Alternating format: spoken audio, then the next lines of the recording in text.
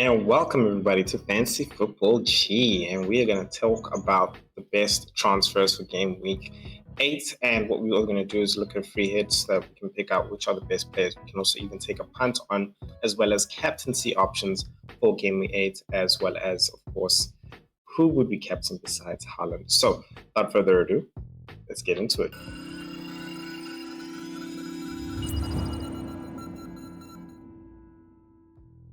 All right, guys. Let's get into this, man. So, what I wanted to do was I actually put together a free hit because a free hit essentially, a free hit team essentially sort of tells us like who are the best players for this game week, and I felt like that's the best way we can actually talk about who are the best transfers to actually bring in, and even the punts that we could actually take on those players as well. So starting from the top, when it comes to goalkeepers, I still have absolute faith in David Raya. I feel like he's actually the best goalkeeper going into this game week. With this free hit, I sort of had a couple of money left, which I could move around, and I just felt like Ramsdale was actually still a good pick, considering that he's playing at home against Leicester, who hasn't necessarily really been threatening in front of goals. And if you want to look for a cheap option and you do need a goalkeeper, I think Ramsdale is definitely a better fit. Another good mention, in all honesty, is Jordan Pickford, who's got some great fixtures lining up and coming up as well. So if that's a goalkeeper transfer that you need to make, I think that you can definitely go for a Ramsdale or a Jordan Pickford, in my opinion, if you don't want to go for a premium. That's in the goalkeeping department. Now, going into the defense, I think we all know that Tottenham has some very great fixtures coming up. So Pedro Porro in the defense, I feel like, is definitely a must. I don't want to say an essential, the forbidden word. But I'd say that, with Son most likely potentially coming back, I didn't put him in this because I wanted to picture this without him. I just feel like he'll definitely have more of that attacking prowess that he used to have before Son left, because I felt like Kulusevski coming in, Postecoglou definitely has changed a couple of stuff, and it's kind of left him not making those bombing attacking runs into the final third and even putting in those crosses as much as he used to. So nonetheless, on the defensive side, I think they can, as much as they are Spurs and can be Spursy, I think they can walk away with a clean sheet there. Then same with Gabriel, as it goes with David Raya. Gabriel, of course, is a great attacking threat in the defense. He's always the man that they're looking for in those set pieces, and everybody knows the moment Arsenal gets a set piece, teams are panicking, and everybody who's got Gabriel is actually very excited. So yeah, definitely. Then another attacking defender there's Josko Vardio. They're playing against Wolves, and they've also got great fixtures lined up as well. So if you are looking for another premium defender to bring in, I would bring him in. I think if you're worried about minutes, I think Ruben Dias is a safe way to go in the Man City defense. It's not about getting attacking numbers necessarily, but it's about securing those clean sheets, if meant to even give you clean sheets. And I think that's why for me I went rather with Vardio, because I just felt like rather have the attacking upside. And you might be asking, Kat, why not Rico Lewis? I just feel like, look, this is transfer tips, and Rico Lewis is a transfer that's really waiting to happen, And I think the moment he gets benched for one game, I think a lot of the managers who have him are going to be like, okay, cool. What does this mean for the next game? Oh my gosh, people are going to be panicking. So look, if you want to bring in a City defender and you've got money, bring in Josko Vardio. If you don't have the money at 5.5, yes, Ruben Dias is more locked in my opinion. And then if you really want to take the risk, you can go for Rico Lewis. And the other defensive players, I brought in Saliba there. He could be really, quite frankly, anything. I just wanted to show you that you could have another premium there, and anything below that as well. So I think you can go wild in that department there. And then when it comes to when it comes to a cheaper option, I think Davis is another great cheap option there that you could be bringing in. A lot of people have been talking about Justin as well. Justin James from Leicester. Yeah, guys, look, he had two great games, and it's not necessarily saying that he's all that prolifically attacking now all of a sudden. Like I just feel like it's a very, very small sample size, if I could say that. I think you have to really watch him a lot more, pay attention more, and see what his movement is, his role is really in the team. And his underlying numbers don't show that he's really that type of a player that we're looking at, like a Pedro Porro or a Josko Vardio or even a Davies. They just don't have the same numbers. He just doesn't have the same numbers as those attacking defenders. So if you want to bring him in, he does have a good run from now to about game week 11 as well. So he is another option there instead of that Saliba if you're looking for another cheaper option in the defense. Right, moving into the midfield, Phil Foden, I think I've spoken about him a lot. He's, starting to come in now. He's been slowly introduced into the team after a hectic international tournaments, as well as some heavy games in the beginning of the season. He's now starting to play both in England. He's had his minutes as well. So I just feel like he's definitely going to be a player that's going to be starting. We don't know much yet about KDB, and I know that's what a lot of you are thinking. Like, okay, what about KDB? My opinion is, right, if KDB is proclaimed to be fit by Pep on Friday, we have to watch out for this news. I don't think KDB is going to be walking into the team. And I'm not saying that because Foden is better. I'm saying that because I think they're going to be careful with how they introduce him back into the team so that he doesn't get injured again. I think Man City knows very well, having lost Rodri, that they have to really guard their players. And I think that Foden will definitely start that game. And I think if KDB is fit, I think KDB will come in more as a substitute, maybe around the second half there. But nonetheless, that had been said, I still would have Foden even if I knew KDB was fit, because I know Foden is going to be having minutes in this time. And I feel like this is really a great period for Man City. I would still have a 60-minute Foden, and I'd even have a second half 30-minute Foden, because I know he comes in and he's a really high impactful player.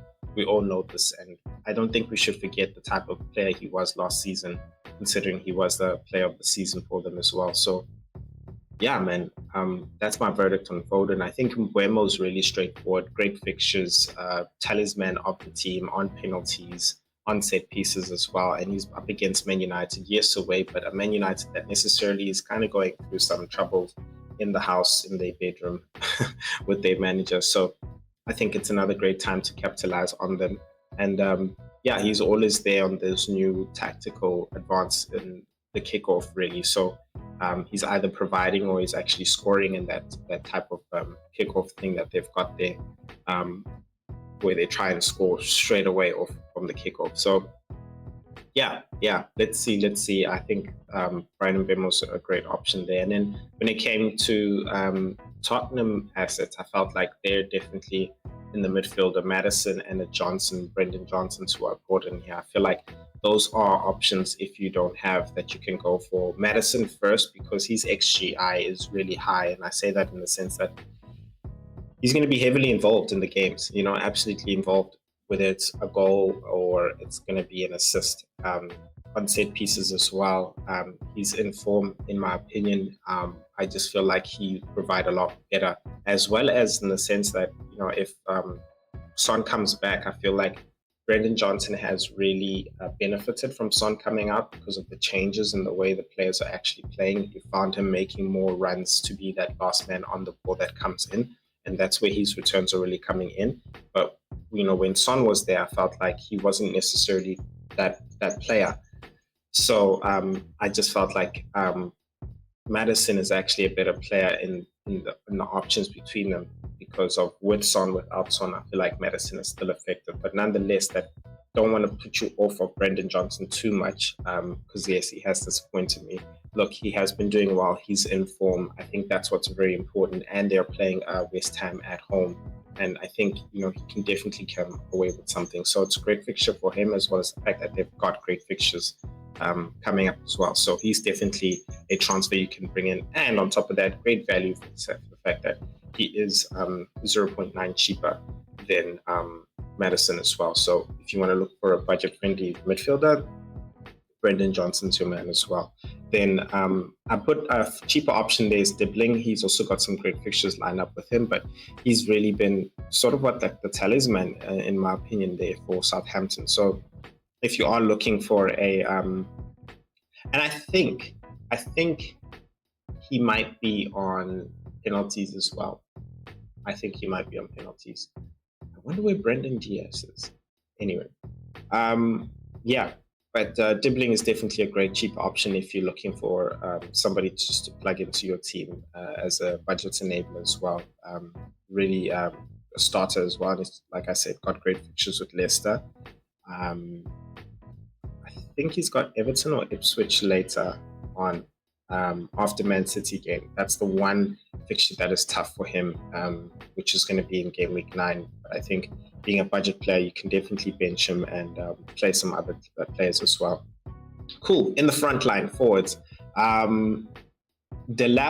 Now, this was a question between, because I have Vardy, and I would rather have Delap, quite honestly, right now, based on his form. I think he's been playing really well, and this is against some pretty medium teams, and now he's going into a phase where he's going to be playing some of the teams that are lower within their actual category, and that's Everton, and he's playing at home as well. I think, man, that's a great game. Honestly, I feel like that's a great game. I feel like he would be a great asset. He's been in form as well, so yeah, I think it's a no-brainer, quite frankly, when it comes to which budget striker to go for. Yeah, and then another guy really with some great fixtures, Nottingham Forest, there Wood, who has also been doing well for the beginning of the season. I think when it comes to a bit of a budget-friendly, I say a bit because he was started at 6 million. Now you could get him at 6.2, which I still feel like is not bad necessarily. He's still cheaper than the likes of Acuna, who we will be bringing in later. But I feel like right now, if you're looking for a trusted, and that's why I have him here. I feel like I just trust him a lot better than I have a Calvert-Lewin. And right now, I'm panting, going for a Calvert-Lewin and a Vardy. If I could, I would have had a Wood, and I would have kept Wood. Having seen his form through these past 7 game weeks, I feel like Wood is definitely a keeper as well as a trusted striker for their team as well. Minutes are good as well, and I believe should be on penalties. So, yeah, man, no brainer. And of course, Eirling Haaland, he's the man, and I think he's a great segue to go into the captaincy for game week 8. But before we go into the captaincy for game week 8, something that I'm always forgetting about, guys, please, I'm giving and dropping content almost every day of the week this week. And you can check out my previous history. I am consistent in the content that I bring. I do this for you guys and for the love of FPL. So I'd really appreciate it if you are really loving the content, you are still here. Just hit that like button. It really goes a long way for me. I want to send a shout out to Joseph. Really comes through with the comments and as well as likes as well. And I know my brother watches as well. And that's family and strangers. And honestly, guys, I'd really appreciate it if you also subscribe so I can keep giving you great content. Now, on to the captaincy. All right, captaincy. So, look, I got Eirling Haaland at the top. I think it's not a discussion that we really need to go through all that much. He is the captain to go for. In my opinion, who should you go for? Who should you captain this game week? Eirling Haaland. Don't play. If you don't have him, bring him in. There's a lot of players who didn't have him and really capitalized against him, blanking in these past 2 game weeks, which is great. All great. I was one of them for one of the game weeks, but I still had him. And the players who don't have him, I feel my advice to y'all is bring him in. This is the stretch of games where I think he could really, really damage you considering his ownership percentage. And yeah, just captain him for safety. I think you've got your points where you need to. game week round about 10 is where I think you can start to question whether or not you need him or not as well, because his fixtures take a bit of a turn and difficulty. He is fixture proof in my opinion, but Salah and them start to go look a bit better, and I think you can save some money if you are looking to actually do that and bring in bigger and better players as well for maybe prepping for game week 12's fixture turn.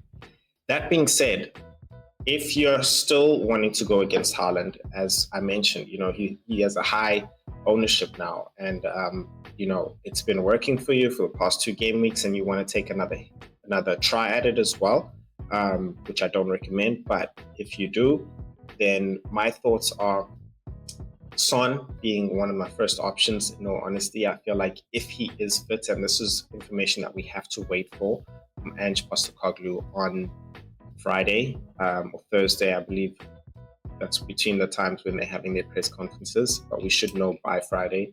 Then I think Son definitely at West Ham at home is definitely an option that you could be taking. I think he'll come back with a bang there. He should be on penalties, taking it away most likely from Solanke, the fact that he was absent.